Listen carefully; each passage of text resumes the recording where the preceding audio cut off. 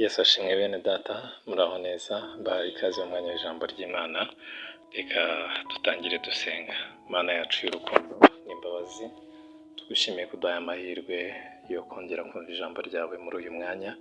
Nyemerera Mwuka Wera yende ku byawe waduteguriye, aduhishurire iby'ubwiru bwabyo, anadushoboze gushyira mu ngiro icyo dutumweho binyuze muri iri jambo. Tubisabye Imana twizeye mu izina rya Yesu Kristo. Amen.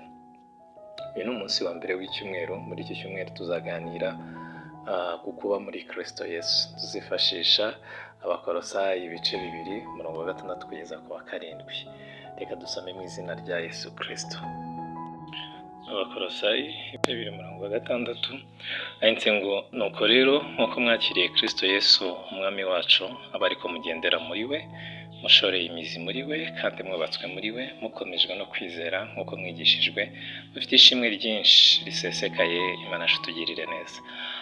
Nk'uko nari mbivuze, iki cyumweru tuzaganira ku kuba muri Kristo Yesu. By'umwihariko uyu munsi turarebera hamwe kuri uyu murongo wa 7 havuze ngo kugendera muri Kristo Yesu. Imana tugirire neza. Kugendera muri Kristo Yesu, Bibiliya mu zindi ndimi by'umwihariko NIV ho bavuga gufata ubuzima bwacu tukabubaho muri Kristo Yesu. To live your life in Jesus.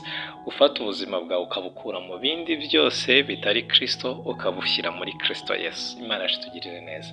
Gufata ubuzima bwawe ukabukura mu bindi bitari Yesu, ukabushyira muri Yesu, nicyo kugendera muri we bivuze. Imana tugirire neza.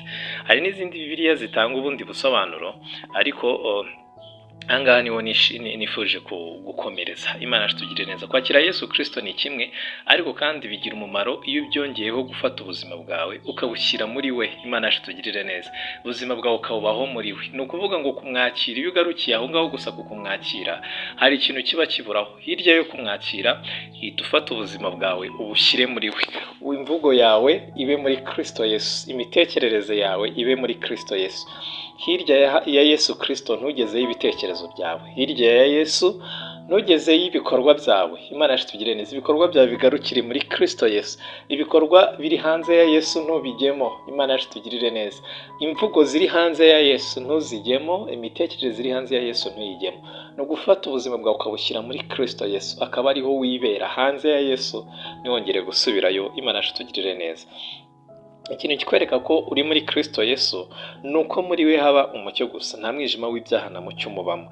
Icyemeza ko ubuzima bwawe buri muri we rwose nuko ubaho ubuzima butari mu mwijima w'ibyaha. Iyo ubayeho ubuzima buri mu mwijima w'ibyaha, yaba mu byo uvuga, mu byo utekereza, mu byo ukora cyangwa se kubana n'abandi, haba harimo ikibazo. Ntabwo buri muri we. Ijambo ry'Imana riduhamiriza ko Imana ari umucyo kandi muri yo nta mwijima na mucyo urimo.